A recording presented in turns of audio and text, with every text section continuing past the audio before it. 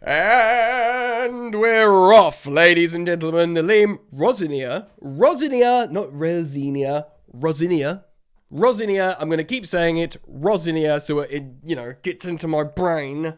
Yes, 4-1 win away in the cup against Charlton. We did concede, as is our wont. This is what we do. But to be fair to Chelsea and Jorgensen, it was after an excellent save, and it was a follow-up. A bit of a fortuitous goal.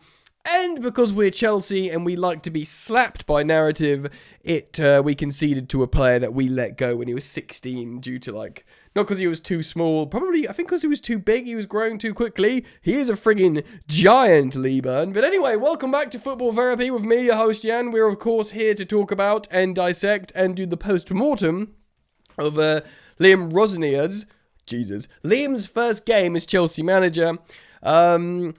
Some crazy stats off the bat.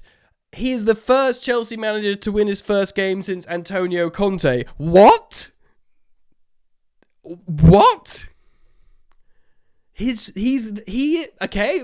correct. By the way, welcome back. If you're watching on YouTube, thank you for liking and subscribing to the channel. It helps me out as a content creator.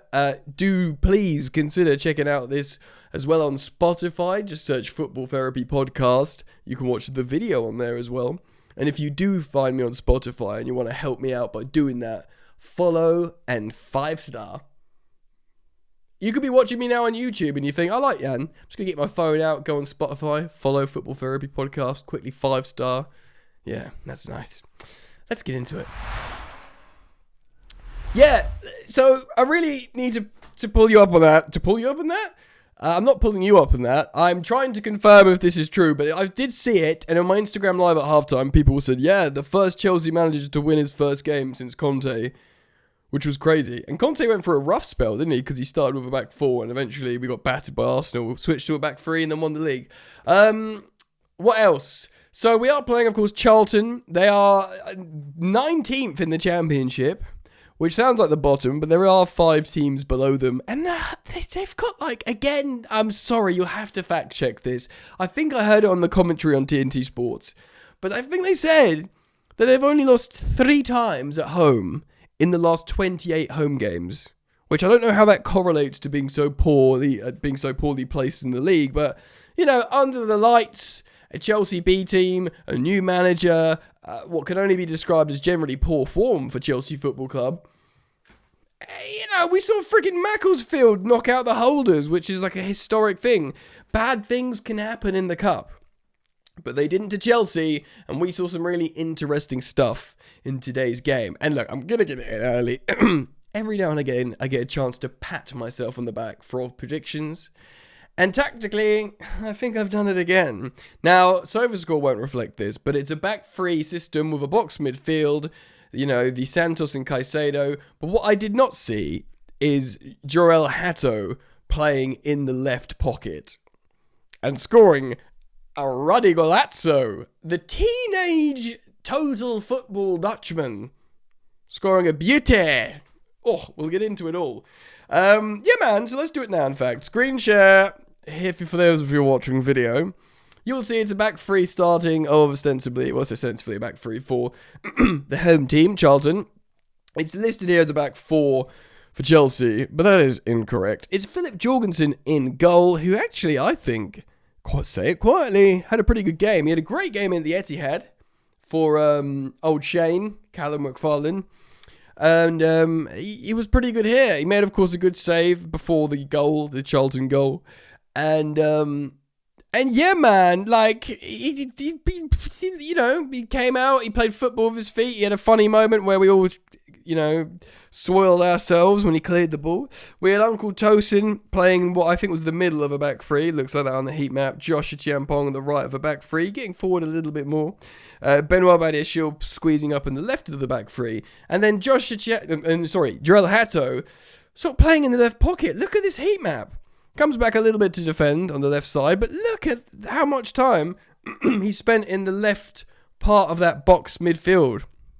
And of course, you got Buonanotte, that will be the right side of that box midfield. There you go, precisely that. Slightly asymmetrical, but it is yet, you saw Hatto often getting in front of Andre Santos. His heat map's crazy. He must have played different positions. Garnacho holding the width on the left, and Jamie Gittins playing on the right, out of position. Of course, he is a right footer. He was taking shots on his weaker foot with his left. I think he played pretty well in the first half. Sort of a bright spark in what was. Excuse me, I'm still really poorly, so every now and again I might sniff or clear my throat. I'm trying to get over the lurgy that everyone's got. Gu up top, goal and assists for the Spanish ball. Beautiful scenes. And Facundo Buonanotte, the little man who often feels like he's disappearing in games and every now and again looks really good. And you just think he probably looks amazing at under 21s level, just because everyone's his size. Look, football's not all about size. You can be like a diminutive small player. If you've got a big bootay like Eden Hazard or John McGinn, you can get away with a lot. But, you can still be petite and be amazing. Modric in the midfield. There's plenty of examples. And Estevao's pretty slight. He looks like he's got no problem looking like an absolute demon. Yeah, so, excuse me, should we talk about this? For those of you seeing the video, the attacking momentum meter, apart from very early on in the game and a couple of spells in the second half, it was very Chelsea dominant. They've given player of the match to Tosin. I think he did some good defensive work in the end, even a few wobblies. And, of course, he scored a header. We'll talk about the goals in just a moment. But, yeah, a lot of attacking momentum for Chelsea. Look, in this set, he will be tactically flexible. I showed you in the tactics video. Go back and find it. We'll see this a lot. We'll see the free back system with a box midfield. We will see that a lot. But we'll see it also being deployed and executed tactically in different ways. For example, here we had, you can see the attacking momentum meter. All Chelsea, high pressure, playing the ball in their half. If you look at statistics, 73% possession. I reckon that'll be more in the first half. Yeah, in the first half, where we scored one of our 5 goals. 5 goals? Wait, is it 5? Yeah. Oh, sorry, I had a coughing fit and I was remote. Yeah, it was 5 because, of course, there was the late Enzo Fernandez penalty that Esteval won. But look, in that first half, we had nearly 80% possession, 2 big chances. In the second half, why am I clicking the wrong friggin' thing? The second half, 68%, 7 big chances, so totally dominant. But what I was trying to say is we will see this formation deployed in a different way, not against Charlton, let's say, against an Arsenal, maybe soon in the semi-final, or indeed other better opposition, and it will be a little bit more like Roberto De Zerbi-esque in terms of, and this kind of stuff Maresca didn't do, and actually Chelsea want to see, and I think will make Cole Palmer better, because Cole Palmer, you saw him thrive in this sort of style under Pochettino, will bait transitions basically. So it'll still be the same shape, but it will be playing a little bit deeper. The goalkeeper will be coming out, and it'll be trying to basically bait a press and then play quick transitions. And that's where Palmer, scored loads of goals, got loads of assists, linked up really well with Nico Jackson in that Pochettino season. So it'll be like the same shape, same formation, but you'll see it deployed in a different way tactically. And of course, you will see different formations. He is predominantly a back three manager in possession, but he's done loads of back 4 stuff as well. Liam Rosenior. Liam Rosenior. Not Rose. There's no roses. Rosenior. Okay. Right. So, we should talk about the goals, I suppose, mate. Shouldn't we? I mean, look at all those. 30 shots. Lovely stuff. Wait, is that the whole game? Yeah, 30 shots. 9 big chances. As you'd expect. Yeah, I mean, it's good. It's this first game in charge. I know it's Charlton, yeah, but it is under the lights. It is Tosin and Badiashile starting. You don't know what's going to happen there. It is Buonanotte. I'm so delighted for Mark Gu getting a goal and assist, because for that first half he was so isolated, and he was pressing, he was running all over the gaff, but he wasn't getting involved. So whether, Liam made some changes tactically at half-time that helped, he got him in the game more. But yeah, it was a Gu assist for Jarell Hatto in the 49th minute. There was a lot of added time due to a medical emergency, I think. Hopefully the person's okay, of course. And yeah, bro, is it a tactical genius that Liam's playing Hato in the left pocket because he thought he was going to slap a ball like that? I don't know. Maybe, but hot dog.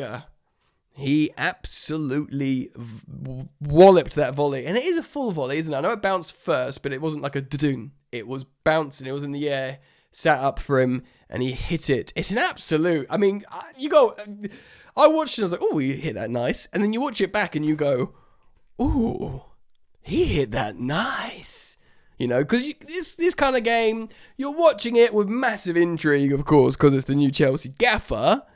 But... you know, you're not like on the edge of your seat. You're playing, you know, Tottenham or Arsenal or Man United. Do you know what I mean? You're like, oh, we got to win this. We got to win this. You're sort of like, yeah, we're going to win this. So you're sort of more relaxed. But, you know, because of the sort of the profile of game, you've got to look a bit closer and be like, damn, he absolutely, you know, walloped that. And it's a beautiful volley.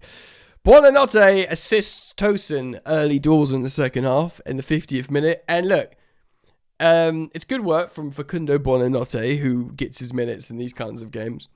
It's a good header from Tosin Adarabioyo. And by the way, it's Tosin Adarabioyo, not Adarabioyo, for everyone who calls him that, which is everyone. But he is absolutely free as a bird. I think it's near post or whatever. It's criminal defending.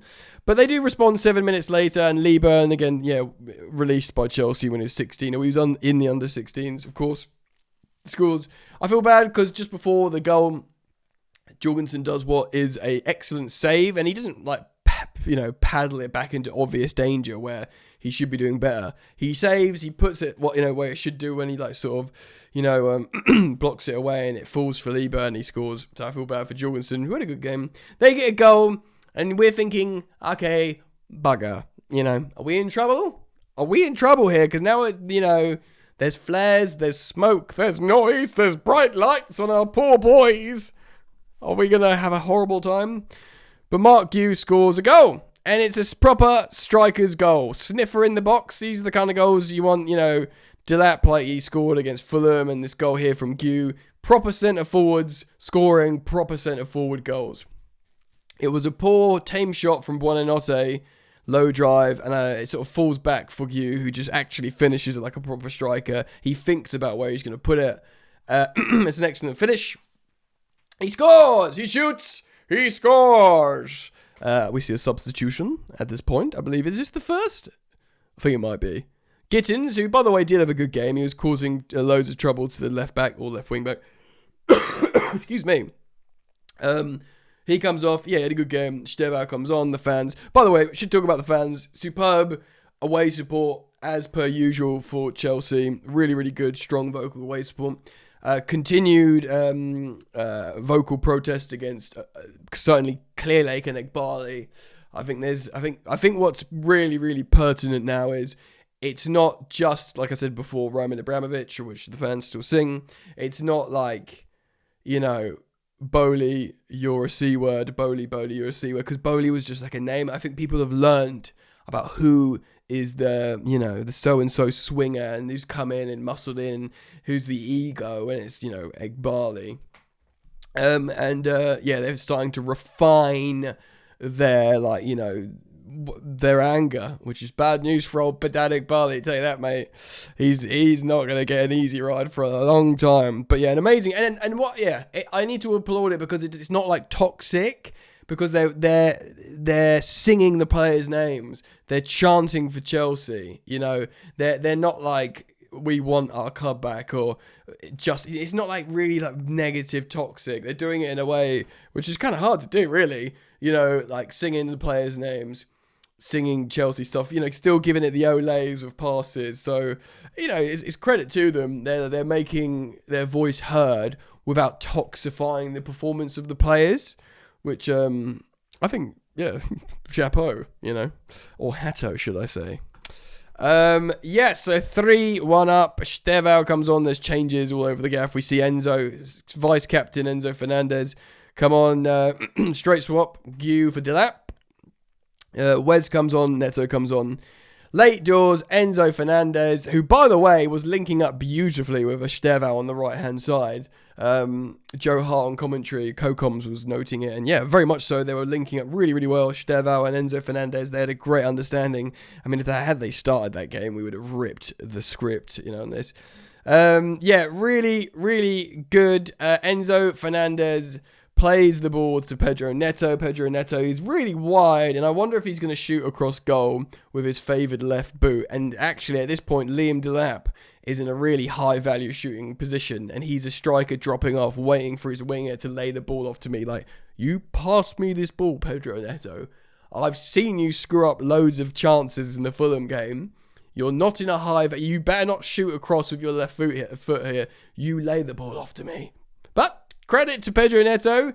He puts it onto his weaker right and finishes near post, and it's a beautiful finish, and 4-1. And the scoreline's juicy. The scoreline is juicy and agreeable. 4 goals at this point, and the one they did score, like I said, it's a sort of fortuitous follow-up shot. But then, yeah, Estevao does some great work. Wins a penalty in literally the last seconds. Nice bit of footwork in the box, as you'd expect from the Brazilian sensation, and Enzo Fernandez, captain, pulls rank and finishes it and gets a goal and an assist in just 20 minutes or 25 minutes with stoppage. 25 minutes of play, a goal and an assist for the Chelsea captain. Patromal, don't know what it is in Spanish. Ne muy. Don't know. Right, so player performances, Jorgensen fine, Josh, I think the back line was fine, except Benoit Badiashile. I'm not happy with him recently. I don't think he'll survive long term. I know Maresca liked him in terms of profiling. I wonder. But then again, if we're going to see Hato playing this like left advanced pocket role, we are short on left footers. I mean, Cucurella will come in. I wonder where Cucurella will play. I mean, we've seen Cucurella do this exact pocket, thing under Maresca, so I'm sure he'll do that role as well. But then again, he could do the left of a back three quite comfortably. But Chalobah can do left of a back three. You can just play right footers there. So, and of course, at some point, maybe even the season, right at the end, we will see Levi Cole return. So all the back line are fine, except maybe Benoit Badiashile. We've got a booking. He's the only player booked, I believe. In fact, there are only 2 bookings in the whole game, 1 apiece. Caicedo, pretty darn good, as you would expect at this level. Santos, similarly. Facundo, it looks great in moments, doesn't he? Like a real tidy player that can move between the lines and look like the number 10 that you need. He's not staying at Chelsea. Yeah, I mean, he's not. We've loaned him. We haven't got an option. Brighton will probably be quite happy. They played some high-profile games. He'll go back. Also, thank you very much. Either Pies will come or what's his face from Strasbourg. Oh my God, who we've signed. Oh my God, this is going to drive me mental. Julio Enciso. Of course, another Brighton attacking midfielder. He's a blue co player, whatever the ruddy heck that means, but he's also an attacking midfielder. He's more of a number 10. And of course, Liam Rosenior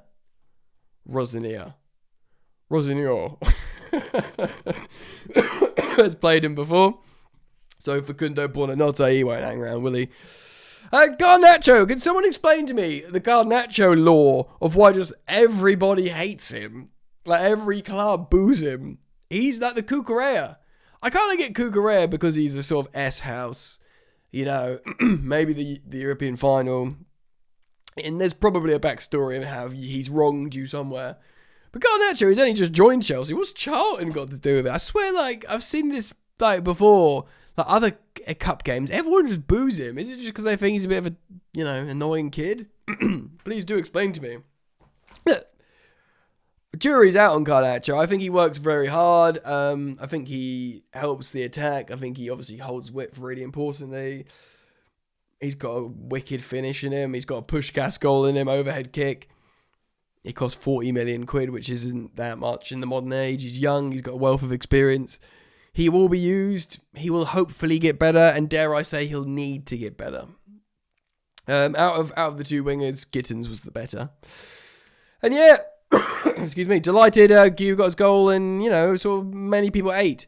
Liam Delap didn't. Stevao looked good when he came on. Fernandes looked great when he came on. Pedro Neto got his goal. What else can you ask for? Wesley Fofana and Neto came on in the 85th minute, and Pedro Neto got a goal. We'll be very happy with that. Fofana was just a run out.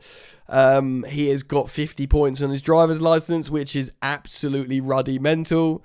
I want to laugh about it, but I mean, it's pretty disgraceful. The way he needs to sort out his drive. I mean, clips of him being an absolute just knobber, mate, driving. Don't drive like a knobber, mate. Just don't do it. I really love Wes. You guys know me, but it's embarrassing.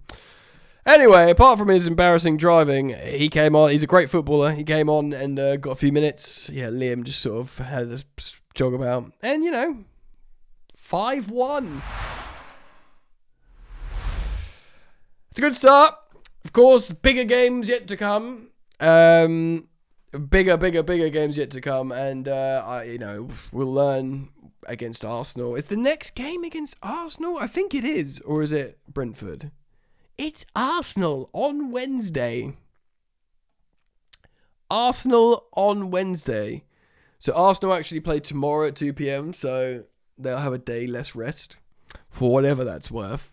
We'll obviously learn a lot more about that. Tell you what, this is great. 5-1, the away fans get to have a good time.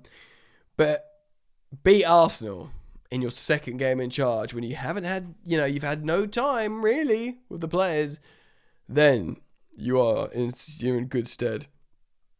Forget about the owners, forget about the sporting directors, but don't forget about them, continue voicing your discontent. The protest, I think the protest will have a good turnout, to be honest, I have a feeling. But support the team and support Liam, and I think the fans will do that. And I know I've sort of gushing about him recently. I'm really, really rooting for him, and I watched, of course, the TNT special when he's chatting to his mate and ours, Joe Cole. Yeah, obviously, he's Chelsea. Look, you're right, Liam. Look, we're his mates, and obviously we've got the young boy Gooey. My Joe Cole impression is failing me. If I ever fail, I'll just go back to Harry Kane. Obviously, he's Bundesliga, 10 hat-tricks already, and obviously beating Lewandowski's record. It's slipping. I feel like I'm losing them.